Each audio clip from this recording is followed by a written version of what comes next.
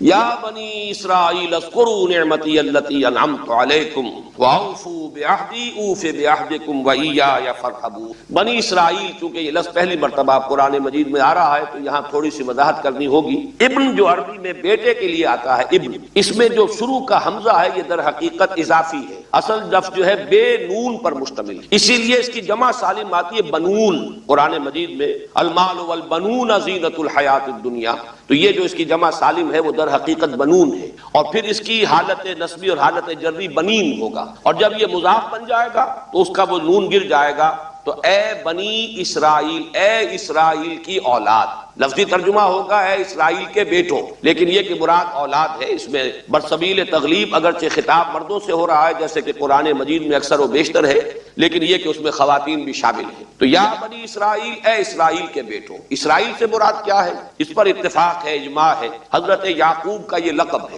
البتہ یہ لفظ بنا ہے اسر اور ایل دو سے مل کر۔ ایل کا لفظ جو ہے وہ عبرانی زبان میں الہ کے لیے ہے، الہ اور ایل ویسے بھی قریب قریب ہے، اسی لیے تمام فرشتوں کے نام جبرائیل، میکائیل، اسرائیل، یہ تمام الفاظ کے ساتھ جو ایل آتا ہے یہ در حق اسماعیل بھی سما اور ایل، چونکہ حضرت ابراہیم علیہ السلام نے دعا کی تھی پروردگار بیٹا عطا فرما، اس اعتبار سے جب اللہ تعالیٰ نے بیٹا عطا فرمایا تو اسماعیل نام رکھا، یعنی اللہ نے سن لیا۔ جیسے ہمارے ہاں دیہات میں یہ خاص طور پر جانگلی علاقہ جو کہلاتا ہے، اللہ ڈوایا، اللہ سنیا، یعنی یہ اللہ نے جس کے بارے میں ہماری دعا سنی اور ہماری استدعا کو قبول فرمایا، تو یہ گویا کہ اسماعیل کے معنی یہ ہے۔ تو اسرائیل جو ہے اسر اور ایل سے مل کر بنا ہے۔ عبرانی اور عربی زبان کے بارے میں یہ اختلاف ہے، ایک رائے تو یہ ہے کہ ماں بیٹی کا رشتہ ہے، عربی زبان عبرانی سے نکلی ہوئی، لیکن زیادہ اکثر محققین کی رائے یہ ہے کہ یہ دونوں بہنیں ہیں، کوئی اور کامن زبان تھی سیمیٹک لینگویج ابتدائی، جس سے کہ یہ دونوں زبانیں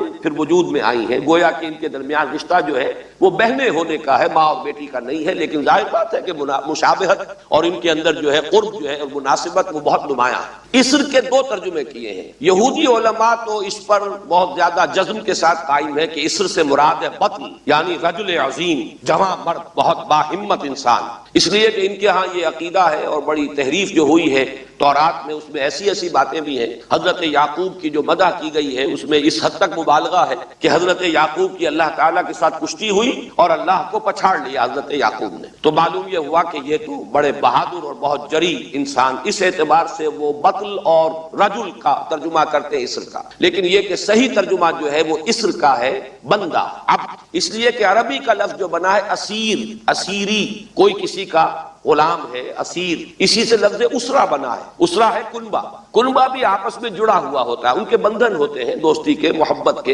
اخوت کے، تو اسی طریقے سے یہ اسر کا لفظ آتا ہے کسی بندھن کے لیے۔ اسیر جو ہے پچھلے زمانے میں جبکہ جیلوں کا رواج نہیں تھا تو اگر کسی شخص کے ذمے کسی کی کوئی رقم ہوتی تھی دینی تو اس شخص کو اس کے حوالے کر دیتے تھے، وہ اس کا ذاتی قیدی ہوتا تھا، ذاتی اسیر، اس کی تحویل میں رہتا تھا، جب تک کہ اس کے اعزاء اقارب آ کر وہ رقم ادا نہ کر دیں وہ شخص اس کی تحویل میں رہتا تھا، وہ اس کا اسیر ہوتا تھا۔ اس اعتبار سے غلام کے معنی میں یہ لفظ جو ہے مستعمل ہے، تو اسرائیل کا ترجمہ ہوگا عبداللہ۔ اذان تو میں عرض کر رہا تھا کہ اسرائیل کا ترجمہ ہوا عبداللہ، گویا کہ اب تک ہم نے یا بنی اسرائیل کا ترجمہ کیا اے اللہ کے بندے کی اولاد، مراد ہے حضرت یعقوب علیہ السلام۔ حضرت یعقوب حضرت اسحاق کے بیٹے ہیں، حضرت اسحاق حضرت ابراہیم علیہ السلام کے دوسرے بیٹے ہیں۔ حضرت ابراہیم کو پہلا بیٹا اللہ نے عطا فرمایا اسماعیل، اسی لیے میں عرض کر چکا ہوں سما اور ایل سے مل کر بنا ہے، جو دعا کی تھی انہوں نے اس دعا کا پہلا جواب جو ملا ہے اللہ تعالیٰ کی طرف سے، اس کی مقبولیت کا جو ظہور ہوا وہ حضرت اسماعیل کی شکل میں۔ پھر یہ کہ حضرت سارہ کو بھی اللہ تعالیٰ نے اولاد دی اور حضرت اسحاق پیدا ہوا۔ اس وقت یہ جو بشارت دی گئی ہے قرآن مجید میں متعدد مقامات پر آگے چل کر آئے گا کہ حضرت سارہ کے ہاں بھی اولاد ہونے کی جو بشارت حضرت ابراہیم علیہ السلام کو فرشتے دینے آئے تھے، اسی میں یہ بھی تھا کہ نہ صرف یہ کہ تمہیں ایک بیٹا عطا ہوگا بلکہ اس کے بعد پوتا بھی عطا ہوگا، گویا کہ ایک بہت جلیل القدر پوتا۔ اس اعتبار سے ایک رائے یہ ہے کہ یعقوب عقب سے بنا ہے، گویا کہ بشارت میں پہلے ہی سے شامل تھا حضرت یعقوب علیہ السلام کا ذکر بھی کہ اسحاق کے بعد اسحاق کے ہاں ایک بہت جلیل القدر بیٹے کی ولادت ہوگی اور اس کا نام یعقوب ہوگا، یعنی اسحاق کے بعد آنے والا۔ بیٹے کے بعد جو پوتا آتا ہے. لیکن یہود کی رائے یہ ہے کہ حضرت یعقوب پیدا ہوئے ہیں اپنے بھائی عیسو کے ساتھ. یہ تمام بیٹے ہیں حضرت اسحاق علیہ السلام کے. 2 بیٹے پیدا ہوئے بیک وقت، جڑواں بھائی. پہلے حضرت عیسو کی ولادت ہوئی ہے، اور تورات کے الفاظ یہ کہ یعقوب اپنے بھائی عیسو کی ایڑیاں پکڑے ہوئے تولد ہوا. تو چونکہ حضرت عیسو کے بعد حضرت یعقوب کی ولادت ہوئی ہے، تو گویا کہ اس وجہ سے ان کا نام حضرت اسحاق نے یعقوب رکھ دیا، عقب میں آنے والا، بعد میں آنے والا. بہرحال حضرت یعقوب علیہ السلام کے پھر 12 بیٹے ہیں جن کی تفصیل پوری موجود ہے. یہ تاریخ جو ہے بڑی ریکارڈڈ ہے، اس لیے کہ بنی اسرائیل کی یہ تاریخ جو ہے books of the old testament میں اس کی پوری تفصیل موجود ہے. 4 بیویاں تھی حضرت یعقوب علیہ السلام کی، جن سے 12 بیٹے ہوئے. 3 بیویوں سے 10 بیٹے تھے، اور سب سے چھوٹی بیوی سے 2 بیٹے تھے، حضرت یوسف اور بنیامین. اور ان دونوں سے حضرت یعقوب علیہ السلام کو بڑی محبت تھی. حضرت یوسف سے چونکہ یہ تاریخ شروع ہوتی ہے اس اعتبار سے کہ انہیں ان کے بھائیوں نے کنویں میں ڈالا، پھر اللہ تعالیٰ نے وہاں سے ان کے نکلنے کا سامان کیا، پھر مصر پہنچایا، پھر مختلف مراحل سے گزار کر انہیں وہاں ایک بہت اونچی پوزیشن تک پہنچایا.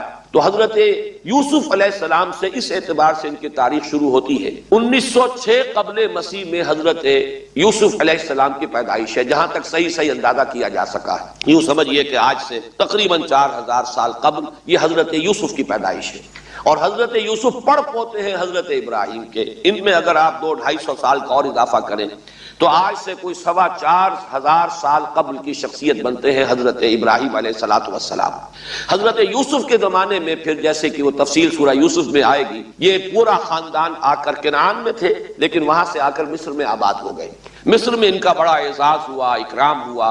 اس کے خاص حالات تھے کہ مصر میں اس وقت جو بادشاہت تھی وہ اصل مصر کے لوگوں کی نہیں تھی، بلکہ یہ بھی سیمیٹک لوگ تھے جو جا کر جنہوں نے عراق وغیرہ کے علاقے سے ہی جا کر انہوں نے فتح کیا تھا مصر کو. لہذا انہیں فرعون نہیں کہا گیا قرآن مجید میں، وہ فرعونہ کا خاندان نہیں ہے، بلکہ وہ تاریخ میں ہکسوس کنگز کہلاتے ہیں. تاریخ مصر میں وہ 15واں خاندان کہلاتا ہے وہاں کے بادشاہوں کا، 15th ڈائنیسٹی. اور یہ چونکہ لوکل نہیں تھا اس لیے ان کو فرعون نہیں کہا جائے گا، بلکہ یہ ہکسوس کنگز چرواہے بادشاہ تھے کہ جو عرب کے ان علاقوں سے آئے تھے جزیرہ نما سے، اور وہاں سے وہ چرواہے تھے. ان کا تو پیشہ ظاہر بات ہے صحرا میں کیا ہوتا ہے، بھیڑیں بکریاں پالنا، لیکن انہوں نے آ کر مصر کو فتح کیا، وہاں ان کی بادشاہت ہو گئی. محسوس ایسا ہوتا ہے کہ ایک سیاسی پہلو موجود تھا.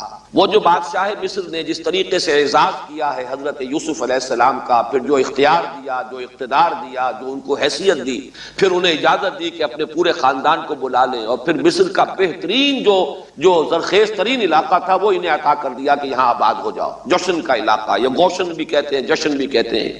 یہ جو نائل کا ڈیلٹا ہے کہ جو جا کر آپ کو معلوم ہے کہ دریا جو ہیں جب بہت سی شاخوں میں تقسیم ہو جاتے ہیں سمندر میں گرنے سے قبل، تو وہ ڈیلٹا جو ہے زرخیز ترین علاقہ ہوتا ہے. آرٹیفیشل اریگیشن کے اور نظام تو تھے نہیں. جہاں دریا ہی چھوٹی چھوٹی نہروں کی شکل اختیار کر لے وہاں گویا کہ وہ فطری طور پر جو ہے بڑے وسیع رقبے کے اندر اریگیشن ہو سکتی ہے.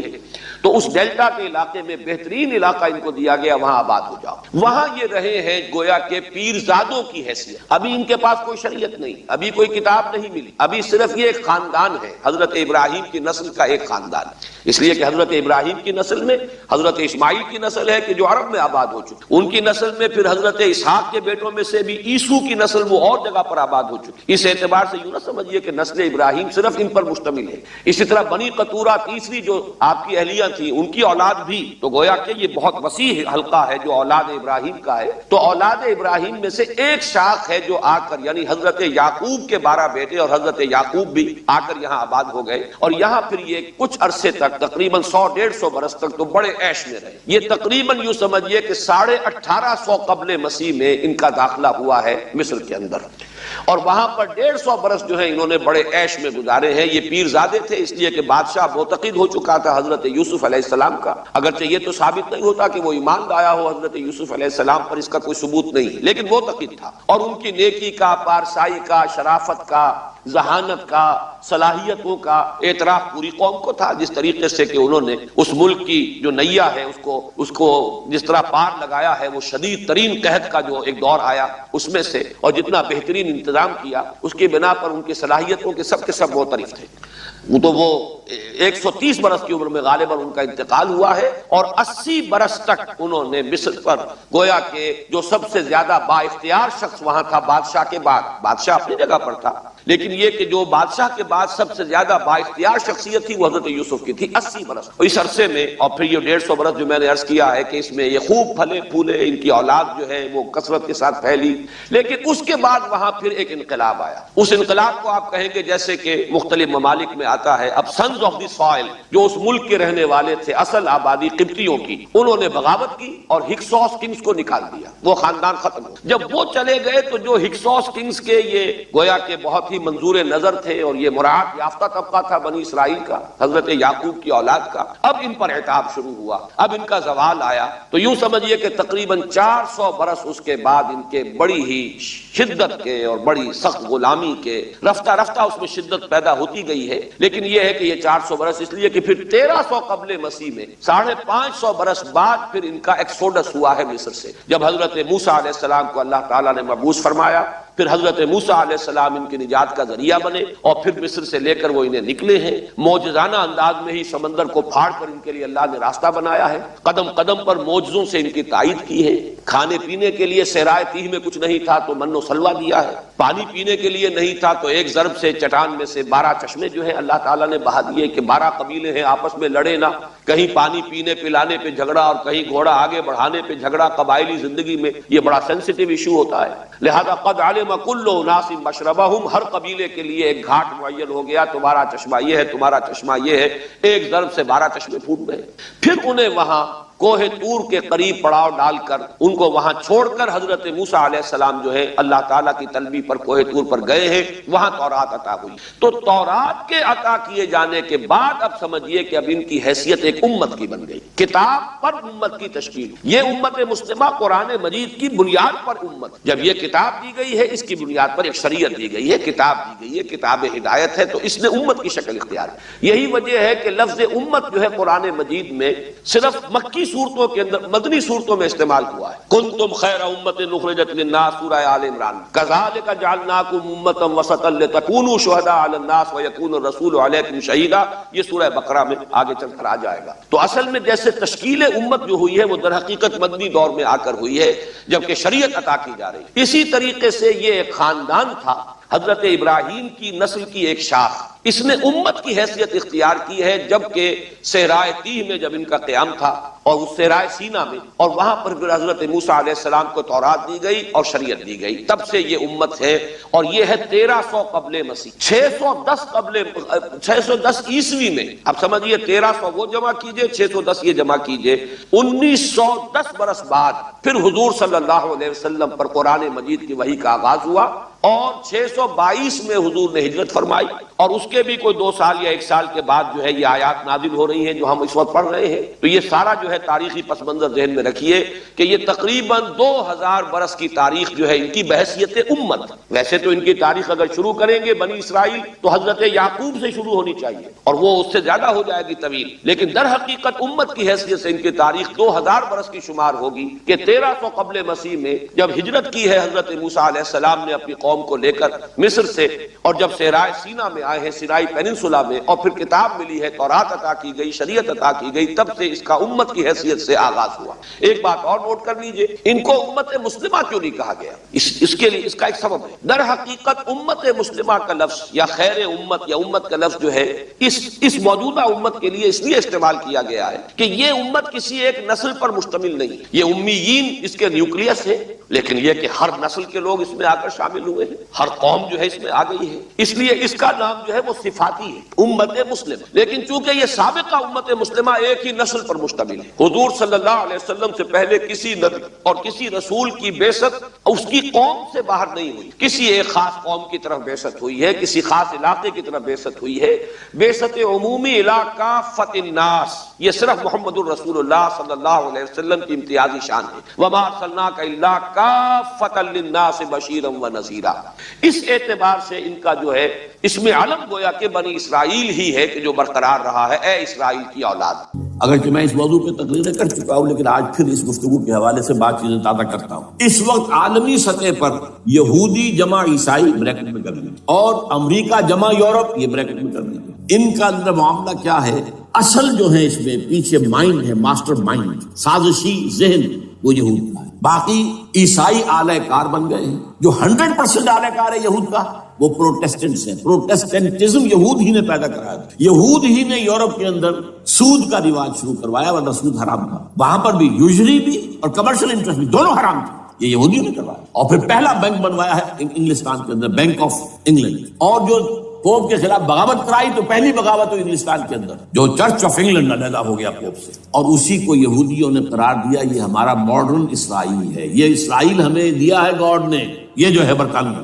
اس کے کچھ عرصے کے بعد یہی جو ہے ایکسوڈس ہوا ہے اور وہ امریکہ میں جا کے آباد ہوئے. لہذا امریکہ کو بھی جیوس نے کہا ہے دس از اندر اسرائیل, یہ ہے ہمارے اصل اسرائیل, ماڈرن اسرائیل یہ ہے. اس لیے کہ جو انہیں وہاں پر اقتدار حاصل ہوا ہے, جو قوت حاصل ہوئی ہے, جس قدر دولت انہوں نے وہاں جمع کی ہے, وہاں کے جس طریقے سے جکڑ لیا ہے حکومتوں کو, فرنگ کی رگے جہاں پنجائے یہود میں ہے. ٹھیک 100 سال پہلے علامہ اقبال یہ مشاہدہ کر کے آ گئے تھے یورپ میں, اور کون دیکھنے والا تھا کہ وہاں کیا ہو رہا ہے, بیہائنڈ دی سین کیا ہے, سامنے کیا ہے, پردے کے پیچھے کیا ہے. فرنگ کی رگے جہاں پنجائے یہود میں. اس وقت فرنگ کا امام تھا برطانیہ, یہ وہ سلطنت تھی جس پر سورج کبھی غروب نہیں ہوتا تھا. آج وہ فرنگ کا امام امریکہ. یہ برطانیہ تو اب وہ جو ایک نظم ہے کہ بچپن میں پڑھی تھی, London bridge is going down going down going down, اس کی مثال ہے. برطانیہ کی کوئی حیثیت ہی نہیں, ورلڈ پاور کی حیثیت نہیں ہے, وہ تو چھوٹا بھائی اس نے بنا رکھا امریکہ نے اپنا, تو اس حیثیت سے جو ہے اس کی کوئی حیثیت ہے, ورنہ کوئی اور حیثیت نہیں. بہرحال ان دونوں میں یہ ہے کہ پیچھے ماسٹر مائنڈ, سازشی ذہن, پلاننگ, اسکیم ساری یہودی, اعلی کار امریکہ سب سے بڑھ کر, اس کے بعد برطانیہ. اور اس میں اصل پروٹیسٹنٹس, ان میں بیپٹسٹ, ان میں اس سے بھی آگے بڑھ کر ایونجلسٹ, جن کو کہتے ہیں بورن اگین کرسچنز, جن کو کہتے ہیں نیو کنزرویٹو کرسچنز. یہ تمام اصطلاحات آپ اخبارات میں پڑھتے ہوں گے, ان کو گروپ کرنا. یہ اصل اعلی کار, ان کو ایک نیا نام دیا گیا ہے کرسچین زائنسٹ. ایک یہودی زائنسٹ ہیں, سارے یہودی زائنسٹ نہیں ہیں, بہت سے یہودی ہیں جو یہ زائنسٹ کے مخالف ہیں. چنانچہ میری ہیوسٹن میں ملاقات ہوئی تھی ڈاکٹر وشو براڈ, بہت بڑا پروفیسر ایمیریٹس یہودی, لیکن یہ کہ اس نے کہا, بڑے اجتماع میں کہا, ہمارا اجلاس تھا وہاں پر, ہم نے یہ جو ہے بلایا تھا ایک یہودی, ایک عیسائی اور ایک مسلمان, تینوں جو ہے وہ تقریریں کریں. نے کہا تھا کہ وی آر ناٹ سپورٹنگ اسرائیل. اس نے وہ عیسائی جو آیا ہوا تھا پروفیسر, اس نے کہا they are supporting Israel, we are not supporting Israel. اسی طرح میری جو ہوئی تھی round table conference, round table, اس میں ایک یہودی پروفیسر تھے, وہ ہسٹری کے پروفیسر, میں نام بھول رہا ہوں کا, انہوں نے کہا آئی ایم اینٹی زائنسٹ, میں زائنسٹ کے خلاف ہوں. تو زائنسٹ جو ہے اصل میں ایک سیکولر یہودیوں کی تحریک ہے, اور اس کے سب سے بڑے سپورٹرز کرسچین زائنسٹ وہ امریکہ میں بیٹھے ہوئے. یہ ہے صورتحال. یہ جان لیجئے کیتھولکس جو ہیں یہ اتنے پرو یہودی نہیں ہیں. اب رفتہ رفتہ وہ بھی اس کے اندر آ کر شامل ہو گئے. یورپ جو ہے زیادہ کیتھولکس, رومن کیتھولکس کا یہ بھی آپ نے جملہ پڑھ سنا ہوگا کہ یہ جو ترکی جو ہے ہمارا ملک, یہ جو کوشش کرتا رہتا ہے گھسنے کی یورپین یونین کے اندر, تو ایک دفعہ جان شراق نے کہا تھا, بڑا پیارا جملہ تھا, why doesn't Turkey understand that we are a Christian club. یہ ہماری جو یونین ہے یورپین, یہ تو کرسچین کلب ہے, وہ مسلمان ہے, وہ کس وجہ سے آنا چاہتا ہے بندہ, کیوں تو خود داخل ہونا چاہتا ہے. Why doesn't Turkey understand that we are a Christian club. لیکن یہ ہے رومن کیتھولکس, اور ان کا میں بعد میں آپ کو بتاؤں گا. یہی آپ کو معلوم ہے کہ یورپ نے عام طور پر اسرائیل کا اتنا ساتھ نہیں دیا جتنا جو امریکہ دیتا رہا ہے, اور کسی درجے میں ان کے دلوں میں سافٹ کارنر جو ہے عرب فلسطینیوں کے لیے بھی رہا ہے. یہ معاملہ ایران کے بارے میں بھی رہا ہے, جس قدر اسٹرانگ ایکشن امریکہ لینا چاہتا ہے, یہ جو ہے اس کے ساتھ نہیں ہے. یہ دونوں کا فرق ہے, وہ میں اس کا ایک بنیاد بعد میں بتا دوں گا. بہرحال ان کا ایک جو ایجنڈا ہے وہ دو, سمجھیے کہ دو اس کے نکات ہیں, دو رسیوں کے مانند یہ آپس میں بٹا ہوا ہے. پہلا, عالم اسلام کے مادی اور مالیاتی وسائل خصوصاً تیل پر قبضہ. یہ ان کا دنیاوی اعتبار سے, دولت کے اعتبار سے, وسائل کے اعتبار سے اس وقت کا ایجنڈا ہے. ویسے تو اس سے اوپر وہ چاہتے ہیں پوری دنیا پر, وہ تو بات کی بات ہے, لیکن ابھی نہ وہ روس کو چھیڑ رہے ہیں نہ چین کو چھیڑ رہے ہیں. چین تو ان کا سب سے بڑا جو ہے بزنس پارٹنر ہے, سب سے بڑا, اور چین کو رفتہ رفتہ وہ اپنی لائن پر لا رہے ہیں. اب تو صرف یہ کہ وہ ایک پارٹی گورنمنٹ وہاں رہ گئی ہے جو کہ کمیونزم کے دور کی یادگار ہے, باقی ان کی جو اکانومی ہے وہ تو آ چکی ہے اسی رخ کے اوپر جو یورپ کی ہے, مغرب کی ہے. نمبر 2 ایجنڈا کیا ہے, دنیا میں کہیں بھی اسلام کے بحیثیت ایک نظام زندگی ظاہر ہونے کا کوئی موقع نہیں دینا. We have to nip the evil in the bud at any cost. یہ ان کے ایجنڈے کا دوسرا بڑا, یہ دو ہیں انٹرٹوائنڈ. جیسے آپ لڑیوں کو بٹ دے کر رسی بناتے ہیں, ایسے یہ دو لڑیے ہیں. اسلام کا پولیٹیکل سوشو اکنامک سسٹم کہیں نہ آ جائے, ہونا جائے آشکارا شر پیغمبر کہیں, یہ ابلیس نے کنکلوڈ کیا. وہ جو ابلیس کی مجلس شورا ہے, ہونا جائے آشکارا شر پیغمبر, کہیں ایسا نہ ہو کہ پیغمبر کی شریعت دنیا کے سامنے آ جائے. پیغمبر کا نظام آ جائے. الحذر، آئین پیغمبر سے 100 بار الحذر. حافظ ناموس زن، مرد آزما مرد آفری، یہ معاشرتی نظام ہو گیا. موت کا پیغام ہر نوع غلامی کے لیے، نہ کوئی فخور و خاکہ نہ گدائے رہنشی، یہ سیاسی نظام آ گیا. اور کرتا ہے دولت کو ہر آلودگی سے پاک و صاف. منعموں کو مال و دولت کا بناتا ہے امین. تم دولت کے امین و مالک نہیں ہو. اور اس سے بڑھ کر اور کیا فکر و عمل کا انقلاب. بادشاہوں کی نہیں، اللہ کی ہے یہ زمین. ان الارض للہ. یہ نظام کہیں نہ آ جائے، یہ ہے جس پہ کہ وہ خطرہ محسوس کر رہا تھا. اور اس کے بعد یہ کہتے ہیں یہ تو تھا عصر حاضر کے تقاضے، لیکن یہ کہ صورتحال کیا ہے. ہو نہ جائے آشکارا شرع پیغمبر کہیں ہے یہی. یہ معاملہ اس طرح رکھو کہ خود مومن ہے محروم یقین. یہ غنیمت ہے کہ خود مومن ہے محروم یقین. ہمیں اگر کوئی سہارا ملتا ہے تو اس سے کہ مومنوں کو بھی، نام نہاد مسلمانوں کو بھی اپنے اس نظام پر یقین نہیں. وہ نماز پر یقین رکھتے ہیں، روزے پر رکھتے ہیں، زکوٰۃ کو بھی جو بھی اللہ تعالیٰ جس کو توفیق دیتا ہے، حج کرتے ہیں، عمرے کرتے ہیں، یہ ہے سب. لیکن یہ کہ یہ غنیمت ہے، چشم عالم سے رہے یہ پوشیدہ یہ آئین تو خوب. وہ ابلیس کہتا ہے کہ یہ آئین چشم عالم سے پوشیدہ رہنا چاہیے. یہ غنیمت ہے کہ خود مومن ہے محروم یقین. ہمارے لیے جو ہے اگر کوئی سانس لینے کی جگہ ہے وہ یہ ہے، حوصلہ افزائی اگر ہے تو اس میں ہے کہ خود مومن محروم یقین ہے. اس کے سامنے وہ راستہ ہے ہی نہیں. اب لیجیے یہودیوں کے ایجنڈے کو میں تجزیہ کر رہا ہوں. سب سے پہلے world bank, IMF، globalization, TRIPS, ان تمام ہتھ کنڈوں کے ذریعے عالمی مالیاتی استعمار جو بظاہر امریکہ کا ہوگا حقیقت یہود کا ہوگا. یہودیوں کے نزدیک پوری نوع انسانی حیوانوں کے مانند ہے. They are not human beings, they are goyim, they are Gentiles. یہ انسانی شکل میں حیوان ہیں. اور جیسے حیوانوں کو ایکسپلائٹ کرنا، استعمال کرنا انسانوں کا حق ہے. گھوڑے کو آپ باندھتے رہے ہیں نا ٹانگے کے آگے، اور بیلوں سے آپ ہل جتواتے رہے ہیں، تو جیسے یہ حق ہے ایسے ہمارا حق ہے پوری دنیا کے جو ہے وسائل ان کو کھینچے. ہاں جیسے گھوڑے اور بیل کو بھی کوئی نہ کوئی دانا تو ڈالنا پڑتا ہے، چارہ تو دینا پڑتا ہے، تو ان کو بھی کچھ دو.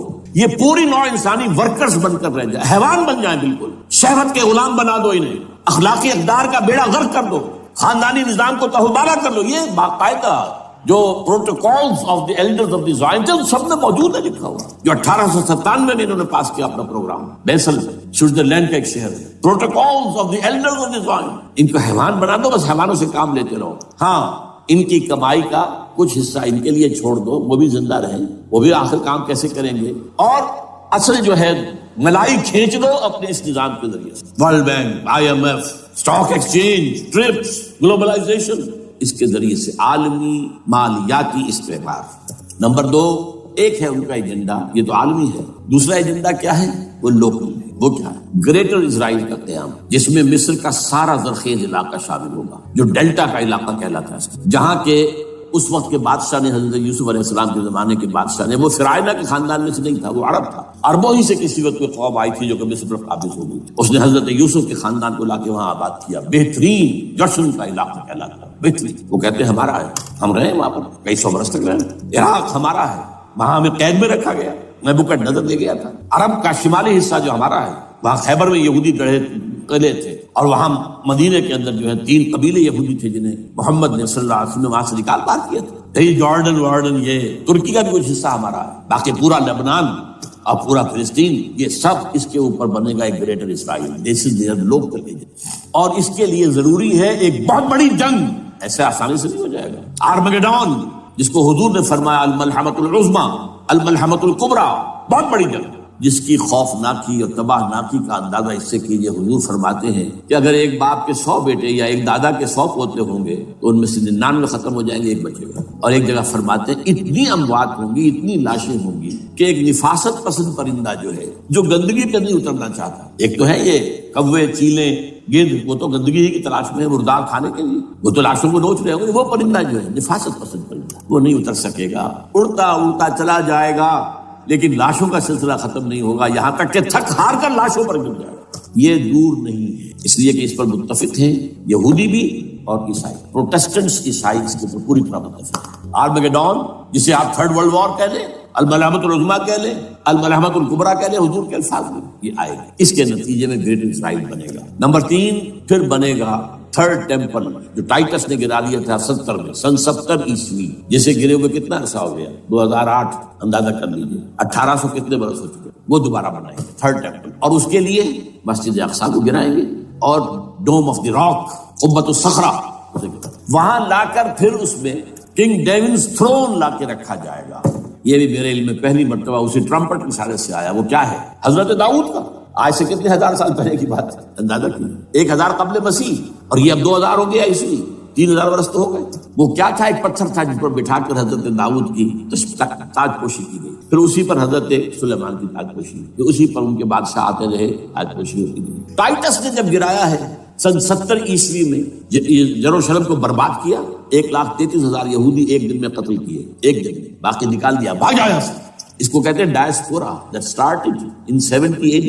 یہ منتشر ہو گیا, جس کا جہاز سنگھ سمایا چلا گیا, یورپ میں چلے گئے, شمالی افریقہ میں, مسلمان ملکوں میں, انڈیا میں آ گئے, ایران میں آ گئے, سب جگہ وہاں سے نکال دیے گئے ڈائسپورا. بہرحال وہاں سے وہ ٹائٹس وہ پتھر لے گیا, وہ روم میں لے گیا. روم سے کسی طرح وہ آئرلینڈ پہنچ گیا. آئرلینڈ پیور کیتھولک ملک ہے, آپ کو معلوم ہوگا, اور وہاں پر پروٹیسٹنٹس کی اور کیتھولکس کی جنگیں ہوتی رہتی ہیں. کبھی بھی شیعہ سنی مسلمانوں کی اس طور سے خانہ جنگی نہیں ہوئی ہے جیسے کہ وہاں ان دو عیسائیوں میں کیتھولکس اور پروٹیسٹنٹس میں ہوتی ہے. وہ رومن کیتھولک ملک ہے. وہاں سے وہ انگلینڈ میں آیا. انگلینڈ میں جب آ گیا, بلکہ وہاں سے اسکاٹ لینڈ سے انگلینڈ میں پھر اس کو ایک کرسی کے اندر اس کی سیٹ کی حیثیت سے بنا کر ایک تھرون کی شکل دے دی گئی. اور وہ جو ویسٹ منسٹر ایبے ہے, برطانیہ کے پارلیمنٹ کے ساتھ جو چرچ ہے ویسٹ منسٹر ایبے, وہاں اس کو لا کے رکھ دیا گیا. اس وقت سے برطانیہ کے بادشاہوں اور ملکاؤں کی تاج پوشی وہاں ہوگی. تو ایک یہ ہے کہ پھر اس کو لا کر وہاں رکھیں گے. اب یہاں سے اختلاف ہے, یہ نوٹ کریں. یہاں تک عیسائیوں کا یہودیوں کا ایجنڈا ایک, یہاں اختلاف. یہودیوں کے نزدیک ان کا مسیح آئے گا اور وہ وہاں بیٹھ کر پوری دنیا پر راج کرے گا. وہ مسیح جس کی خبر دی گئی تھی شروع کی کتابوں میں, جو تورات کی ابتدائی کتابیں ہیں, وہ تو حضرت مسیح کی شکل میں آ گئے. دی پروفیسی واز فلفلڈ. یہودیوں نے نہیں مانا, انہیں تو قرار دیا جادوگر ہے, کافر ہے, مرتد ہے, ولد الزنا ہے, اور اپنے بس پڑھ کے سولی پر چڑھا دیا. وہ دوسری بات ہے, اللہ نے کیا کیا وہ ایک علیحدہ مسئلہ ہے. چنانچہ یہ کہ سچویشن از ویکنٹ, وہ مسیحا کی جگہ ابھی باقی ہے ان کی, and they are waiting for ہم. تو وہ آئے گا اور وہ یہاں اس تخت داؤد پر بیٹھ کر پوری دنیا پر ہوگا. عیسائیوں کا کہنا کیا ہے کہ در حقیقت حضرت مسیح نازل ہوں گے, سیکنڈ کمنگ آف جیسس, جس کو ہم بھی مانتے ہیں. اگر کہ ہوگا کیسے, حالات و واقعات کا کیا ہمارے نزدیک رنگ ہے وہ کچھ مختلف ہے, وہ ویسے بیان نہیں کر سکتے. حضرت مسیح علیہ السلام پھر اس تخت پر بیٹھیں گے ان کے عیسائیوں کے مطابق. چنانچہ پوپ جو مر گیا ہے, پال سیکنڈ, اس کو یہ ٹرمپٹ والے کہتے ہیں شیطان. اور ان کا کہنا یہ ہے کہ اس شیطان نے the old ancient Holy Roman Empire کو ریوائیو کیا ہے یونائٹڈ یورپ بنا کر. اور ان کا مقصد کیا ہے کہ یہ فلسطین میں ایک رومن کیتھولک حکومت قائم کرنا چاہتے ہیں. یہودی اپنی حکومت چاہتے ہیں جو ہے, اور وہ اپنی حکومت چاہتے ہیں. یہ ان کا کہنا ہے. یہ میں نہیں جانتا کہ اس میں کس حد تک ان ایک دوسرے پر الزام درست ہے. لیکن جیسے کہ آپ کو معلوم ہے کہ انڈونیشیا کے اندر بھی ہوا تھا, ایک جزیرے کو تقسیم کر دیا, ایک حصہ جو ہے اس کا وہ رومن کیتھولک ریاست بن گیا. شاید نائجیریا میں بھی اس طرح کا معاملہ ہوا ہے تھوڑے علاقے کے اندر وغیرہ وغیرہ. تو یہ ہے. لیکن بہرحال یہ ان کا. عیسائیوں کا معاملہ کیا ہے, میں نے جیسا کہ بتایا کہ یہ تو اس ایجنڈے کے اندر متفق ہے, اور عیسائی بھی ورلڈ ڈومینیشن, مالیاتی جو ہے استعمار, اس کے لیے کوشاں ہے. لیکن ان کے نزدیک حضرت عیسیٰ ابن مریم آئیں گے علیہ الصلوۃ والسلام, اور وہ حکومت کریں گے. اس پورے ڈرامے کا اسکرپٹ پورا یہودیوں کا لکھا ہوا, اور انہی کی سازش اس پورے ڈرامے کے پیچھے. البتہ بظاہر اس ڈرامے کا بڑا کیریکٹر جس سے آپ ہیرو کہیں وہ امریکہ ہے, اور اس کے تابع یورپ بھی ہے. یہ ہے عالمی سطح پر معاملہ اس وقت. ویسے میری 2 کتابیں جو ہے اس پر کتابچے ہیں. 4 سال پہلے میں نے اسی مقام پر 2 تقریریں کی تھی. ایک موجودہ عالمی حالات اور اسلام کا مستقبل. وہ دوسرا حصہ جو میں اس وقت نہیں چھیڑ رہا, ہوگا کیا اصل میں, جس میں یہ ہے کہ کہیں اسلامی ریاست قائم ہو, خلافت کا نظام قائم ہوگا کہاں ہوگا یہ میں بات نہیں کر رہا. حضرت مہدی کا ظہور ہوگا, وہ آئیں گے عرب کے اندر. پھر یہ ہے کہ وہ جو گریٹر اسرائیل کے خلاف جہاد ہوگا, اور اللہ کرے گا کہ رفتہ رفتہ یہ ممالک جو ان سے لے لیے جائیں گے, یہاں تک کہ بالآخر ایک یہودی اعلان کر دے گا میں ہوں مسیح, جس کو کہ عیسائی بھی کہتے ہیں اینٹی کرائسٹ, اور یہ کہتے ہیں یہ بیپٹسٹ بھی کہ اینٹی کرائسٹ جو ہے وہ یہودی ہوگا. جبکہ کچھ عرصے پہلے بہت بڑا پروپیگنڈا ہوا تھا کہ اینٹی کرائسٹ جو ہے, دجال جو ہے, وہ تو مسلمان ہوگا. نہیں, لیکن وہ کہتے ہیں کہ ہوگا یہودی ہوگا. اور پھر اس یہودی کو قتل کریں گے حضرت مسیح, دی ریئل مسیح, اصل مسیح جو اٹھا لیے گئے درمیان میں, وہ آئیں گے, اور ان کے ہاتھوں دجال بھی قتل ہوگا, اور پھر مسلمانوں کے ہاتھوں ایک یہودی ختم ہوگا. پھر ایک عالمی اسلامی ریاست قائم ہوگی حضرت مسیح کے ہاتھوں, اور وہاں پر حضرت مسیح, ایک حدیث میں آتا ہے 40 برس تک پوری دنیا پر حکومت کرے. بہرحال یہ دوسرا پکچر ہے جو ہمارے سامنے, میں اس وقت کی تفصیل میں نہیں جا رہا. جو ان کے سامنے پکچر ہے وہ میں نے آپ کو بیان کر. اب اس میں تجزیہ کیجئے افغانستان پر حملے کا اصل سبب جو میں نے دو بتایا نا، دو لڑیاں ہیں ان کے ایجنڈے کی، ایک اسلام کہیں ظاہر نہ ہو جائے، اسلام کا نظام ظاہر نہ ہو جائے، اور ایک مسلمانوں کے مالیاتی خاص طور پر تیل کے وسائل پر قبضہ۔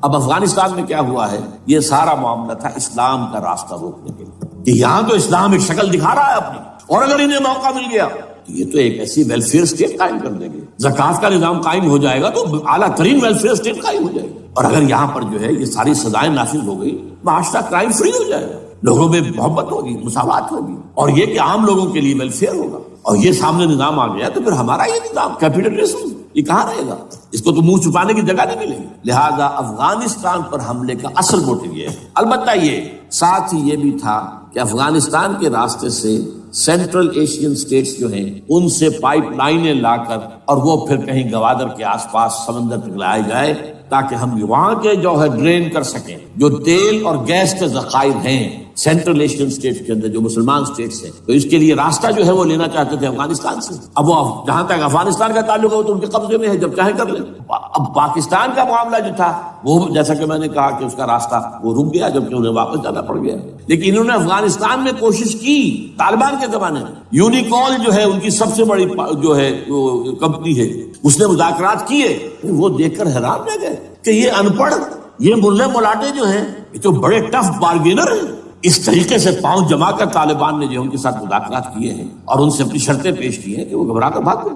یہ صورتحال بھی تھی افغانستان پر قبضہ کرنے میں، لیکن یہ ہے کہ اصل کیا تھا کہ وہ اسلام کی کوئی شکل دنیا کے سامنے نہ آنے پائے جو ان کا میجر ہے۔ اسی لیے پورا عالم کفر جمع ہے، امریکہ، یورپ، روس، چین، سب جمع، بھارت تو ہے ہی ہے، یہ سب جمع۔ آپ نے یاد ہوگا جب لال مسجد کا حادثہ ہوا ہے اور ہمارا یہ بدبخت اور بدمعاش انسان اس نے صرف خود جان بوجھ کر اسے بڑھایا، ایک پھنسی کو پھوڑا بنایا، اس نے پھر شگاف کیا اور شاباش لی ہے۔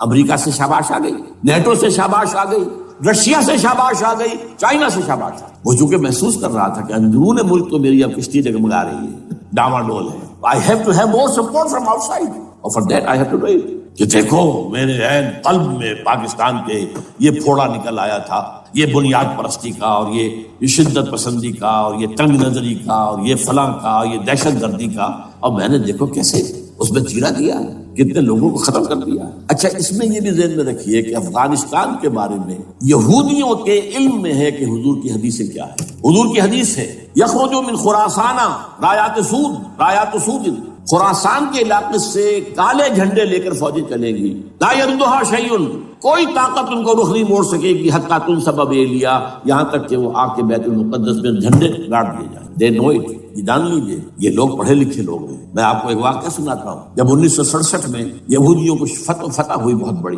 اور پورا یروشلم اب ان کے قبضے میں آ گیا، ایسٹ یروشلم جو کہ ابھی جارڈن کے قبضے میں تھا، تو جب موشے دایان تھا وہ کانا وہ داخل ہوا فاتح کی حیثیت سے، تو اس کے ساتھ ایک ربائی تھا بہت بڑا، چیف ربائی یہودیوں کا بہت بڑا عالم، اور وہ رو پڑا تھا، تو فتح کا وقت خوشی کا رویا۔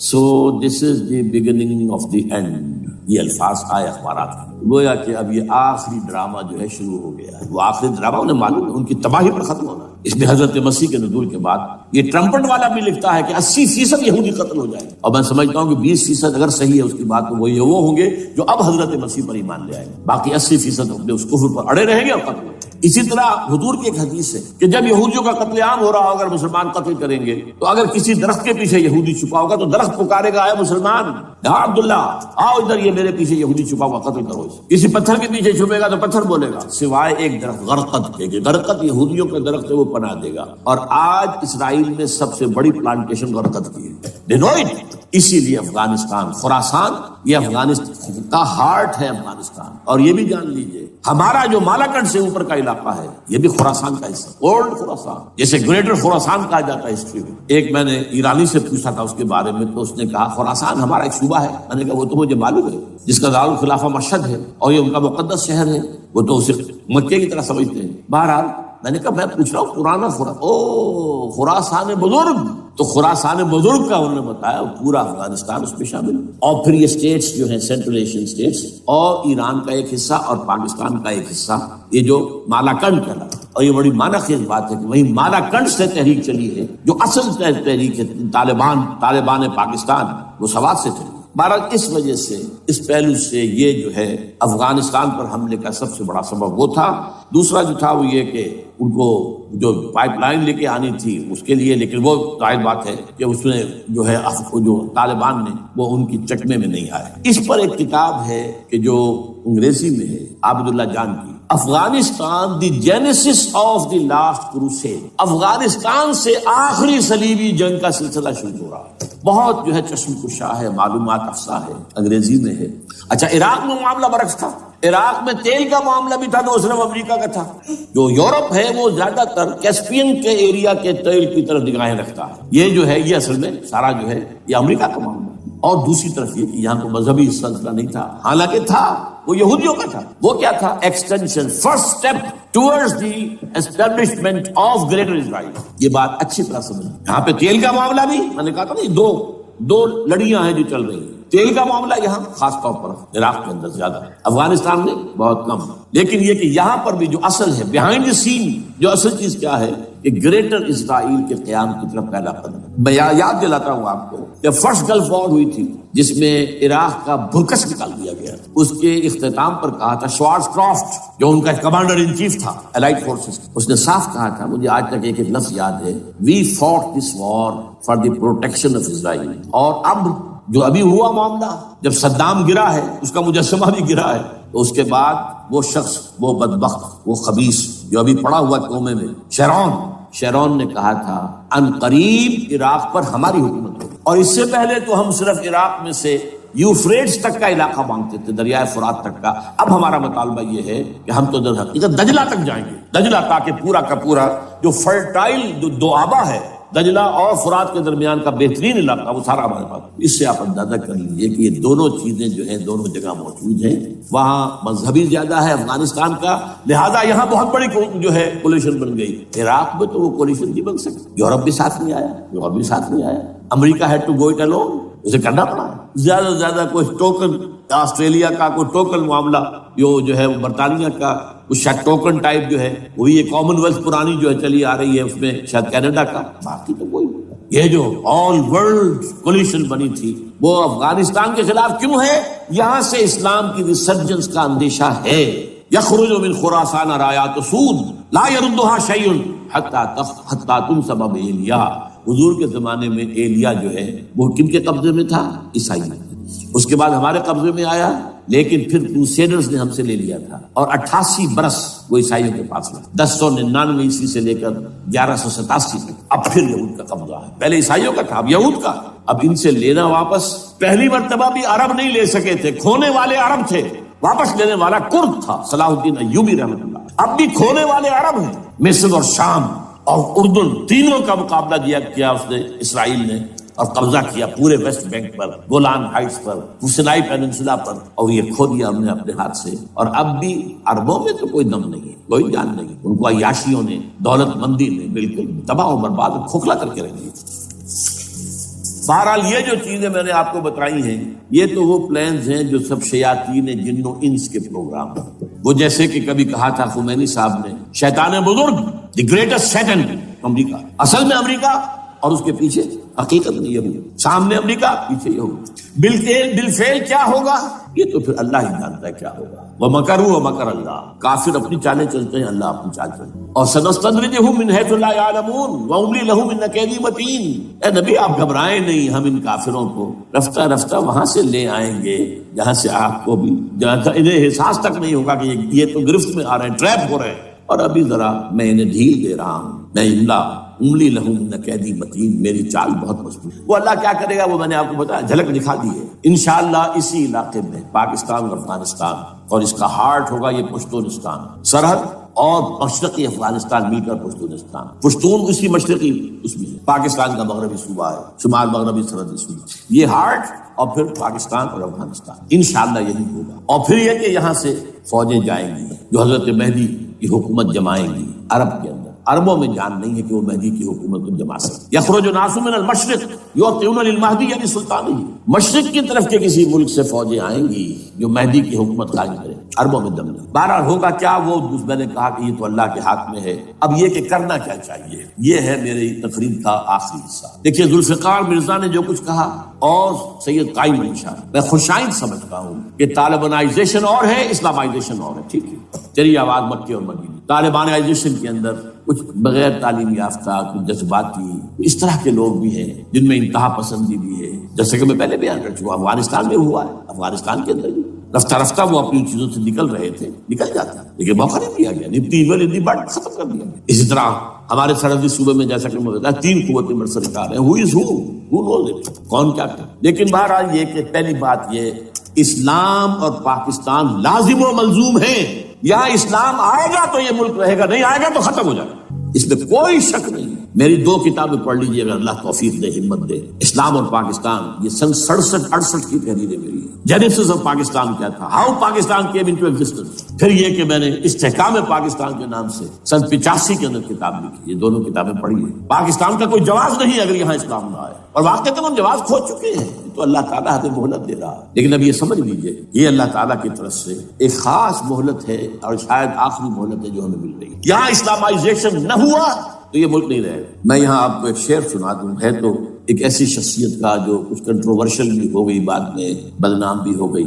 ایک زمانے میں جماعت اسلامی کے بڑے مخصوص کارکن تھے وہ مولانا کوثر نیازی، انہوں نے ایک بڑا تلخ شعر کہا تھا، اسلام کو اگر تیری فضا راس نہ آئے، اے میرے وطن تجھ کو کوئی آگ لگائے۔ ہمیں اسلام چاہیے، اور اسلام نہیں آئے گا تو یہ ملک نہیں رہے گا۔ کوئی زرداری، کوئی نواز شریف اس ملک کی بقا کی ضمانت نہیں دے سکتی۔ اس کی بقا ہے اگر تو اسلامائزیشن۔ 61 سال کی ہماری بے وفائی اللہ کے ساتھ کیے ہوئے وعدے کی، اس کا ایک عذاب ادنا ہم جھیل چکے ہیں۔ 71 یاد کی سن 71 پاکستان 2 لخت، 94,000 مسلمان پاکستانی بھارت کی قید میں بھیڑوں بکریوں کی طرح ہانک کر لے جائے گئے، ٹرکوں میں بھر بھر کر، جیسے کہ ڈیرہ غازی خان سے بھیڑیں بکریاں آتی ہیں لاہور میں ذبح ہونے کی، کنسنٹریشن کیمپس میں ہمارے ٹائیگر نامی جرنیل نے پیش کیا اپنا ریوالور، کتنے لوگ مارے گئے، کتنا فساد ہوا، مسلمان کے ہاتھوں مسلمانوں کا خون کتنا ہوا۔ یہ اللہ کا ایک خاص عذاب ہوتا ہے۔ میں نے وہ آیت آپ کو سنائی تھی، قل هو القادر على ان يبعث عليكم عذابا من فوقكم او من تحت ارجلكم۔ اے نبی سے کہہ دیجیے اللہ اس پر قدرت رکھتا ہے، جب چاہے تم پر کوئی عذاب اوپر سے بھیج دے، تمہاری زمین کے نیچے سے نکال دے۔ زلزلہ آیا تھا کہ نہیں؟ او يلبسكم شيعا، ایک تیسری شکل بھی ہے، نہ اللہ آسمان کو کوئی تکلیف دے نہ زمین کو، زمین پھٹے گی تو آدمی جائے گا نا، بلکہ تمہیں گروہوں میں تقسیم کر کے، او يلبسكم شيعا فيذيق بعضكم بعض بعض، تو ایک دوسرے کی قوت کا ایک دوسرے کو مزہ چکھائے، تم خود ایک دوسرے کے گلے کاٹو۔ ہمیں کسی اور قوم کو تکلیف دینے کی ضرورت نہیں ہوگی، یہ کام ہمارے ساتھ ہو چکا ہے 1971۔ بہرحال اب اس کے بعد بھی تاخیر تو ہماری جو کی تم ہے، اب ہم اس جگہ پر پہنچ گئے کہ شاید اب عذاب الاکبر آنے والا ہے۔ وہ آیت بھی میں نے شروع میں پڑھی تھی، وَلَنُذِيقَنَّهُم مِّنَ الْعَذَابِ الْأَدْنَىٰ دُونَ الْعَذَابِ الْأَكْبَرِ لَعَلَّهُمْ يَرْجِعُونَ۔ چھوٹا عذاب آیا سن 71 میں پاکستان، بہرحال مغربی پاکستان تو برقرار رہا، اس کا نام بھی پاکستان رہا۔ اب شاید بڑا عذاب آ رہا ہو، بلکنائزیشن جس کے نقشے جو ہیں دنیا میں شائع کیے جا چکے، اور اس اسلامائزیشن کے لیے جو میں کہہ رہا ہوں کہ اس کے بغیر یہاں پاکستان نہیں رہے گا، اس کے لیے اس کی جو دستوری، تدریجی، قانونی، پرامن اگر راستہ اختیار نہ کیا گیا تو ملیٹنسی بڑھے، یہ رکنے والی نہیں ہے۔ یہ جو اوپر کا جو علاقہ ہے، ایک ٹرائنگل ہے جس کا نقشہ کھینچا ہے ایک بہت بڑے مصری ادیب اور مورخ نے، شکیب ارسلان ان کا نام۔ انہوں نے کہا ہے کہ یہ پامیر سطح مرتفع جو ہے، پامیر جسے روف آف دی ورلڈ کہا جاتا ہے، اس سے پہاڑوں کے سلسلے نکلتے ہیں، کوئی چین کی طرف چلا گیا، کوئی تبت کی طرف چلا گیا، کوئی قراقرم ادھر آ گیا پاکستان کی طرف، ہمالیہ آ گیا پاکستان انڈیا کی طرف، ادھر ہندو کش چلا گیا افغانستان میں۔ یہ سب جیسے کہ ایک جو پہیا ہوتا ہے اس کے جو لگے ہوتے ہیں اسپوکس جنہیں کہتے ہیں، اس نے کہا کہ ایک طرف ہمالیہ اور ایک طرف ہندو کش، اس کے درمیان میں جو قوم رہتی ہے، اب نوٹ کر لیجیے، یہ ہمالیہ کا اینڈ جو ہے مغربی، وہ کیا ہے، یہ نتیا گلی وغیرہ اسی کا حصہ ہے، اس کے بعد ختم۔ دریا سندھ بہ رہا ہے لیکن اوپر جا کر وہ ٹرن دیتا ہے رائٹ کو، تو پھر اب وہ قراقرم اور ہمالیہ کے درمیان جاتا ہے، یہاں تک کہ انڈیا سے جو اس کا داخلے کا راستہ آ جاتا ہے۔ لیکن یہ جو ہے یہ درمیانی راستہ، یہ اصل میں ہندو کش ادھر اور ہمالیہ ادھر، اس کے درمیان جو قوم آباد ہے، اور اس ٹرائنگل کا بیس ہے مالاکنڈ کا پہاڑ، مالاکنڈ، ہمالیہ، ہندو کش۔ اس ٹرائنگل میں جو قوم آباد ہے، شکیب ارسلان کہتا ہے اگر پوری دنیا میں اسلام کی نبضیں ڈوب جائیں تب بھی یہاں کے لوگوں میں اسلام کی نبض چلتی رہے۔ یہ وہ علاقہ جہاں سے پاکستان کے طالبان کا آغاز، جہاں سے پرامن تحریک چلی تھی اس کا راستہ روک دیا گیا، اب وہ شدت پسندی پر آ گئے، اور یہ شدت پسندی بڑھے گی اگر آپ نے تشدد سے روکا، اگر امریکہ کے چمچے بنے رہے، اگر امریکی ایجنڈے ہی کو پورا کرتے رہے اور اپنے لوگوں کو مارتے رہے، تو جواب میں غریب چراغ حقیقت کو گل کیا تم نے تو موج دودھ سے صد آفتاب ابھریں گے۔ یہ اب جو آ رہے ہیں، کہاں سے آ رہے ہیں آپ کے یہ خودکش حملہ آور؟ یہ وہی ان لوگوں کے رشتے دار ہیں جو امریکی بمبارڈمنٹ میں مارے گئے، کتنے ہیں جن کے بچے ختم ہو گئے، بیٹے مر گئے۔ یہ جو ہمارے ہاں ایک کمانڈوز کے کیمپ کے اوپر جو حملہ ہوا تھا اور خودکش بمبار، جس سے کہ شاید 18-19 بہترین آپ کے کمانڈوز ختم ہوئے تھے، وہ کون تھا؟ وہ خود کمانڈو تھا، اندر کوئی اور تو جا ہی نہیں سکتا تھا، یہ کمانڈوز کا کیمپ تھا اور اس کے میس میں لوگ جا سکے، کوئی جا سکے، وہ خود کمانڈو تھا۔ اس کی بیٹی لال مسجد کے اندر جلی تھی۔ اب آپ اندازہ کیجئے کہ اس کے دل میں جو کھول رہا تھا اس کا جذبہ، اس نے اس کو ٹھنڈا کیا خود جان دے کر۔ تو جان دیجیے ادھر باجوڑ میں حملہ ہوا تھا، ادھر جو ہماری ملٹری پریڈ کے اوپر حملہ ہو گیا، تو یہ بات رکے گی نہیں۔ اور یہ ظاہر بات ہے کہ اب شمال سے لے کر نیچے تک کی بات ہے، وہاں پر بھی میں نے شروع بھی کہا تھا یہ خطرہ حقیقی ہے، غیر حقیقی نہیں ہے، وہمی اور خیالی نہیں ہے۔ اس لیے کہ اب جو اس علاقے سے جا رہے ہیں ہجرت کر کے کراچی، وہی ان کی جگہ ہے، وہیں پر ان کے رشتے دار ہیں، محسود ہیں، وزیر فلاں ہے، یہ ہے وہ ہے، وہاں وہ جا رہے ہیں۔ اور وہاں پر بھی ظاہر بات ہے کہ جو کچھ ہو رہا ہے افغانستان میں اور جو کچھ ہو رہا ہے شمال سرحدی صوبے میں، اس کا ایک تسلسل ہوگا۔ میں یہاں یہ عرض کر دوں آپ سے کہ تقریباً 4 سال قبل، بلکہ 4.5 سال، میں انتہائی مایوسی کو پہنچ چکا تھا کہ پاکستان کا وجود باقی نہیں رہے گا۔ میں نے یہی تقریر کی ہے 29 فروری سن 2004۔ اس لیے پاکستان جواز کھو چکا، یہ اسلام کے نام پر تھا، ویئر اسلام؟ جو اسلام یہاں وہ تو بھارت میں بھی ہے، وہ تو امریکہ میں بھی ہے، وہ کہاں ہے اسلام کا سیاسی نظام، اسلام کا تعزیراتی نظام، اسلام کا کرمنل لا، اسلام کا سول لا، اسلام کے فیملی لاز کہاں بنائے تھے اس شخص نے جو فیلڈ مارشل بنا تھا، خود ساختہ، جو اس نے قوانین بنائے تھے؟ تمام علماء نے کہا تھا، تمام مکتب فکر کہ غلط ہے، تحریک کوئی نہیں اٹھائی، یہ ان کی غلطی تھی، کوتاہی تھی، جمہوریت کی تحریک میں شامل ہو گئے، اس پر کوئی تحریک نہیں چلائی۔ بہرحال وہ نظام کہاں ہے؟ وہ نظام تو قائم نہیں کیا۔ اس حوالے سے یہ اپنا جواز کھو چکا۔ نو ریشنل ہے، ریزون دیٹ جسے کہتے ہیں فرینچ کے اندر، ریزون دیٹ کسی چیز کی ریزن، ریشنل آف ایگزسٹنس۔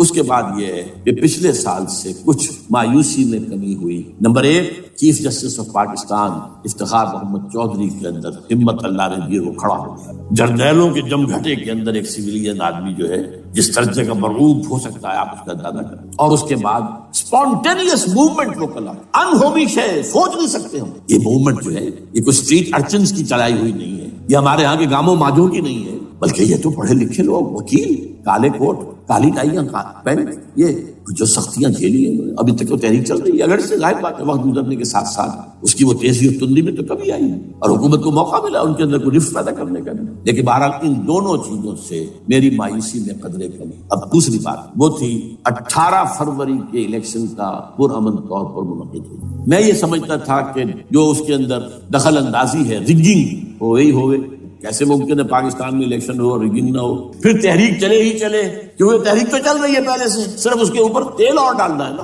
اور پھر بدامنی ہوئی ہو، اور پھر دونوں طرف گدھ بیٹھے ہوئے ہیں۔ The NATO forces in the west, Indian forces on the east, they will march into Pakistan. اور پاکستان کے ایٹمی دانت توڑ کر Pakistan will be put at the mercy of India، Bharat. Now do whatever you like۔ Condoleezza Rice کا میں آپ کو بیان سنا چکا ہوں، پاکستان کے مستقبل کا فیصلہ امریکہ اور بھارت نہیں کرتا۔ بہرحال اب تیسری جو امید ہوئی ہے کہ کل پرسوں میں جو ہوئی ہے کولیشن جو ہے یہ ناکام ہوتی نظر آ رہی تھی، لیکن یہ کہ صدر کے مواخذے پر یا صدر کے خلاف جو ایک کارروائی ہو رہی ہے، اللہ کرے کہ وہ پوری ہو جائے، یا اس سے بھی بہتر ہے کہ وہ خود ہی استعفیٰ دے کر دفع ہو جائے۔ بہرحال یہ کہ اس سے بھی کچھ امید کا پہلو جو ہے پیدا ہوتا ہے۔ اب یہاں اسلامائزیشن کا پرامن، تدریجی اور اسلام کا اور دستوری اور قانونی طریقہ کیا ہے؟ وہ طریقہ کیا ہے؟ 1949 اور 50 میں جو عمل شروع ہوا تھا، جو اس کے بعد سے آج تک جو ہے ختم ہو گیا، اس کو اثر دور شروع کیا جائے، دوڑ پیچھے کی طرف گردش ایام کی۔ 49 میں کیا ہوا تھا؟ قرارداد مقاصد۔ وہ گویا کہ پاکستان میں نظام خلافت کی جڑ تھی جو رکھ دی گئی تھی کہ sovereignty belongs to Allah and whatever authority we have it's a sacred امانت۔ یہ تو اصل میں استعمال کی جائے گی یہ قوت کتاب و سنت کے دائرے کے اندر this is خلافت in essence it is خلافت کی بنیاد رکھی گئی۔ اس سے پہلے 48 میں سن 47 کی ایک تقریر کی وجہ سے جو غلط فہمی پیدا ہوئی تھی قائد اعظم کی 11 اگست کی، اس کا انہوں نے کراچی کے ہائی کورٹ بار ایسوسیشن میں جا کے کہہ دیا تھا کچھ لوگ شرارت کے ساتھ یہ پروپیگنڈا کر رہے ہیں کہ پاکستان میں دستور شریعت پر مبنی نہیں ہوگا، یہ فتنہ ہے، غلط کہہ رہے ہیں، نفی کر دی تھی۔ اب یہ دوسری بات ہے کہ اندھوں کے اندھے جو ہیں وہ اس 11 اگست کی تقریر کو لیے پھرتے ہیں اس کے ایک جملے کو، اور یہ اتنی کھلی بات جو کی شریعت کا لفظ، شریعت پاکستان کا دستور جو سمجھتا ہے کہ شریعت پر نہیں مبنی ہوگا وہ غلط کہتا ہے، وہ شریر ہے، شرارت پیدا کر رہا ہے، یہ قائد اعظم کا الفاظ۔ بہرحال اس کے بعد ایک عمل کیا ہوا تھا سن 50 میں، یہاں کے سیکولر عناصر نے ایک بڑا شور مچایا، کس کا اسلام لاؤ گے؟ شیعہ کا، سنی کا، دیوبندی کا، بریلوی کا، وہابی کا، کس کا اسلام؟ اللہ تعالیٰ غریق رحمت کرے ان بزرگوں کو۔ پاکستان کے تمام مذہبی مکاتب فکر کی ٹاپ کی قیادت جمع ہو گئی کراچی، شیعہ، اہل حدیث، بریلوی بھی، دیوبندی بھی، 31 علماء، جماعت اسلامی بھی، مولانا مودودی بھی اس میں، انہوں نے 22 پرنسپلز ایگریڈ اپون، دستور بنانے کے لیے 22 پرنسپلز ہیں، حاضر بناؤ دستور۔ اب کوئی دلیل نہیں رہی، کوئی عذر نہیں، تمام مکاتب فکر کے لوگ جمع۔ بعد میں ہوا کیا ہے، اس میں کس کا کتنا رول ہے، یہ بڑی درد بھری داستان ہے، میں اس وجہ کو چھیڑنا نہیں چاہتا۔ حاصل کیا ہے، وہاں سے ہمارا پروسیس ڈیریل ہوا، کچھ اپنوں کے کیے، کچھ بیرونی دباؤ، قرارداد مقاصد کی سزا دی گئی لیاقت علی خان کو، تم نے پاس کرائی ہے، اسے ایسے قتل کیا گیا کہ سراغ تک نہیں ملا کہ کسی نے قتل، یہ ایسے ہی تو نہیں ہوتا، اس کے پیچھے بڑے بڑے کریکٹرز، بڑے بڑے کردار۔ اب اس کے بعد وہ عمل کیسے شروع ہو؟ ضیاء الحق نے جو ایک ادارہ قائم کیا تھا فیڈرل شریعت کورٹ، اصولی اعتبار سے بہترین قدم تھا۔ وہ کیا تھا؟ یہ شریعت کورٹ ہے، اس میں کوئی شخص لائے پیٹیشن کہ پاکستان کا فلاں قانون جو ہے میں ثابت کرتا ہوں کتاب و سنت کے منافی ہے، یا کورٹ سو موٹے لے لے کسی بھی معاملے کو، ایگزسٹنگ جو قوانین ہیں ان کا جائزہ لے کہ اس میں یہ پورا قانون یا اس کی یہ شک جو ہے یہ خلاف شریعت ہے، اس پر آرگومنٹ ہو، دونوں طرف کے دلائل ہوں، علماء بھی آئیں، وکلاء بھی آئیں، بحث کریں۔ شریعت کورٹ کا تو میدان ہوتا کھلا، بالآخر اگر کورٹ فیصلہ دے دے کہ ہاں یہ ایگزسٹنگ قانون یا جو قانون قابل زیر غور ہے بننے جا رہا ہے یہ خلاف شریعت ہے یا جزوً شریعت کے خلاف ہے، تو وہ اسے کینسل کر دے گا اور کہہ دے گی کورٹ کہ اگر یہ مرکزی معاملہ ہے تو مرکزی حکومت، صوبائی معاملہ تو صوبائی حکومت اتنی مدت میں 3، 4، 6 مہینے کے اندر اندر اس کی آلٹرنیٹ لیجسلیشن کر لے، جیسے ہی مہلت ختم ہوگی یہ قانون ڈیفنکٹ ہو جائے گا۔ اصولی اعتبار سے اس سے زیادہ صحیح اسکیم کوئی نہیں سوچ سکتا، آج بھی میں قائل ہوں، لیکن یہ بدبختی تھی اس شخص کی، ضیاء الحق کی، اس کو بالکل غیر مؤثر کر دیا، 2 ہتھکڑیاں پہنا دی، 2 بیڑیاں پہنا دی۔ کانسٹیٹیوشن آف پاکستان آپ کے دائرے کار سے خارج ہے، یہ سیکریٹ کاؤ ہے، ہاتھ نہ لگانا۔ جو جوڈیشل پروسیجرل لاز ہیں، ضابطہ دیوانی، ضابطہ فوجداری، یہ بھی تمہارے دائرے سے خارج ہے۔ مالی معاملات 10 سال تک خارج، اور فیملی لاز مستقل خارج۔ انا للہ و انا الیہ۔ اب کرنے کا کام کیا ہے؟ نمبر 1، فیڈرل شریعت کورٹ کے دائرے پر جو تحدیدات ہیں، لمیٹیشن سے ختم کی جائے یکسر۔ نمبر 2، اس کا سٹیٹس کم سے کم ہائی کورٹ کے درجے کا ہونا چاہیے۔ نمبر 3، اس میں جید علماء کو لا کر بٹھایا جائے، ان کی میجورٹی ہونی چاہیے، وکلاء بھی ہوں، جدید تعلیم کے، جدید قانون کے جاننے والے، لیکن علماء بھی ہوں۔ اگر آپ جید علماء کو لے آئیں گے تو پھر وہ جو عام مولوی ہے بیچارہ، وہ جو پوری طرح نیم خواندہ ہے یا نیم تعلیم یافتہ ہے، یا ہمارا عام آدمی ہے جو طالبان کے انداز کے اندر وہ شدت پسندی پر آ گیا ہے، اسے یہ اندازہ نہیں ہے کہ دین میں اہمیت کیا، کس شے کی اول ہے، پھر دوسری کون سی، ثانی شے کون سی ہے۔ اب اس کے بجائے علماء، جدید علماء، تمام جو ہے مسالک کے علماء اس میں شامل کیے، اس کے فیصلوں پر نظر ثانی کا کھلا موقع ہونا چاہیے، ایک دفعہ عدالت فیصلہ کر دے، نظر ثانی کا موقع ہونا چاہیے، اور کسی شہری کی طرف سے پیٹیشن آئے یا سو موٹو، وہ جائزہ لے اور ایک ایک کر کے قوانین جو ہے غلط ختم، ان کی جگہ پر لیجسلیشن پارلیمنٹ ہی کرے گی یا صوبائی اسمبلی کرے گی۔ کورٹ کا کام لیجسلیشن نہیں ہے، وہ یہ کہہ سکتا ہے یہ بھائی یہ معاملہ جو ہے شریعت سے تجاوز کر گیا، یا فلاں جو قانون تم بنانے چلے اس کی یہ جو ہے شریعت کے خلاف ہے، بس فیصلہ یہ دے گی۔ ظاہر بات ہے لیجسلیشن اس کا کام نہیں، لیجسلیشن جو کرے گی آپ کی نیشنل اسمبلی کرے گی، آپ کی صوبائی اسمبلی کرے گی، لیکن وہ اس کا متبادل قانون لے آئے اور پہلا قانون ختم ہو جائے۔ اچھا، اس عرصے کے دوران جو کونسل آف اسلامک آئیڈیالوجی پر ارب روپیہ خرچ ہوا ہے، اس کی رپورٹوں کے انبار لگ گئے، کسی ایک سفارش کو بھی آج تک پارلیمنٹ میں پیش نہیں کیا گیا، اور اس میں جید علماء رہے ہیں اور تمام مکاتب فکر کے علماء رہے ہیں۔ ان کی رپورٹوں کو رفتہ رفتہ پارلیمنٹ کے سامنے لایا جائے اور ان کے ذریعے سے نئی قانون سازی کی جائے۔ اگر آپ یہ قانونی دستوری راستہ کھول دیں گے اور تجدیداً اس طریقے سے Islamization of laws of Pakistan ہو جائے تو ظاہر بات ہے کہ پھر جو دہشت گرد ہیں، دہشت پسند ہیں، جن کو آپ خطرہ کہہ رہے ہیں، خطرہ، طالبان آ گئے، طالبان آ رہے ہیں، اور ڈرو اور بچو اور مقابلے کی تیاری کرو اور اسلحہ تیار کرو، اگر یہ کام کریں گے تو پھر ظاہر بات ہے کہ وہ تو فساد ہو، اور فساد کا نتیجہ کیا نکلے وہ اللہ ہی بہتر جانتا ہے۔ لیکن یہ پروسیس جو میں نے بیان کیا ہے اگر اس پر عمل ہو جائے تو یہ وہ پروسیس ہے جسے جنرل حمید گل نے کہا تھا کہ اگر ایسا ہو جائے تو یہ سافٹ ریولوشن ہوگا، بغیر تشدد کے، بغیر کسی اور کے، اگر نیت ٹھیک ہے اور اگر یہ واقعی جیسے قائم علی شاہ نے سمجھ لیا ہے اور جیسے کہ ذوالفقار مرزا نے سمجھ لیا ہے، اسلامائزیشن اگر اس کو سب سمجھ لے، زرداری بھی سمجھ لے اور نواز شریف بھی سمجھ لے اور سب سمجھ لے، تو ظاہر بات ہے کہ پھر کسی توڑ پھوڑ کے بغیر، کسی اور بدامنی کے بغیر، کسی تشدد کے بغیر اسلامائزیشن یہاں ہو جائے تو سب کے دل خوش ہو جائیں گے اور یہ سارا جو بھی تشدد ہے، یہ دہشت گردی ہے، اس کے راستے بند ہو جائیں گے۔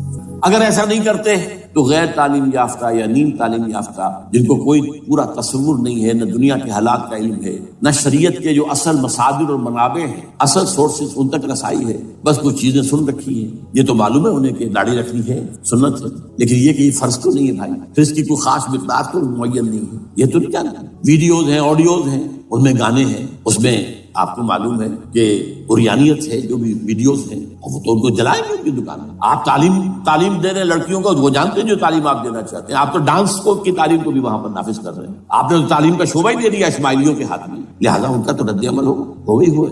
اس کا راستہ اگر روکنا ہے تو اس پروسیس سے جو میں نے بیان کر دیا ہے، جس کو میں بیان کر رہا ہوں نہ معلوم کب سے، نواز شریف صاحب، ان کے والد میاں محمد شریف صاحب مرحوم، اور شہباز شریف صاحب اور عباس شریف صاحب چاروں میرے پاس آئے تھے، 2 دفعہ آئے تھے، اور میں نے یہ ترمیمی بل پیش کیا تھا جس کے آئٹم میں نے آپ کو گنوا دیے، باہر نہیں کیا کچھ نہیں، لیکن یہ کہ اگر یہ نہیں کریں گے تو یہ کہ دوسری طرف یہ سمجھ لیجئے اس وقت پاکستان کے دینی مدرسوں میں شدید تحریک چل رہی ہے، لال مسجد یہ ایک سمبل بن چکا ہے، یہ ایک علامت ہے، اور یہ ملیٹنسی کی طرف بہت بڑی تعداد میں، خاص طور پر جو طالب علم ہیں عربی مدارس کے، طالبان کی سورس یہی تو ہے نا، یہی تھے جن سے کہ افغانستان میں طالبان ابھرے تھے اور یہیں سے پاکستان کو ابھر رہے ہیں، ان کے اندر شدید لہر ہے اور کوئی بہت بڑا فساد ہو گیا اگر خدا نہ خواستہ تو that will be the end of Pakistan. اس سے بچنا ہے تو وہ راستہ اختیار کریں جو میں نے بیان کر، جو میں سال سے بیان کر رہا ہوں، دستور کا ترمیمی بل بنا کر دیا ہے، اسے عام بھی کیا ہے۔ البتہ اس حد سے میں ظاہر بات ہے کہ ہم کیا کریں گے، ہمارا کوئی پروگرام کسی ملیٹنسی کے رہ جانے کا نہیں ہے، ہم اسے مفید نہیں سمجھیں بلکہ مضر سمجھیں، یہ کاؤنٹر پروڈکٹیو ہے۔ ہمارے سامنے پروگرام کیا ہے، سے نکاتی پروگرام،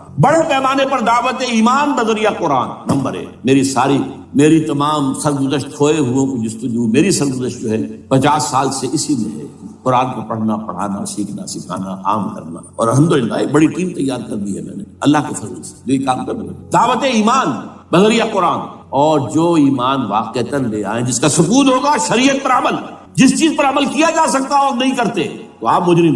ہاں ظاہر بات ہے اس سے ایک حصہ ایسا ہے جس پر آپ عمل نہیں کر سکتے جب تک کہ نظام نہ بدل جائے، چور کا ہاتھ میں نہیں کاٹ سکتا، آپ نہیں کاٹ سکتے، لیکن جتنے پر عمل ممکن ہے اس پر عمل، ایسے لوگوں کو آرگنائز کیا جائے، بیعت کا نظام، مسنون نظام، قرآن میں معصور، مسنون، منصوص، یہ سارا نظام اس کی بنیاد۔ ایک آدمی وہ آدمی کہے کہ بڑھو تو بڑھو، وہ کہیں گے رک جاؤ تو رک جاؤ۔ نمبر 3 ان لوگوں کا تزکیہ، اور میں بتا چکا ہوں تزکیہ اور تربیت۔ تزکیہ کس بات کی؟ کوئی امنگ، کوئی ولولہ، کوئی مقصد، کوئی تمنا دل میں نہ رہے سوائے اللہ کی رضا، حکومت مطلوب نہ ہو، اقتدار مطلوب نہ ہو، مال و دولت مطلوب نہ ہو، اللہ کی رضا اور آخرت کی فلاح۔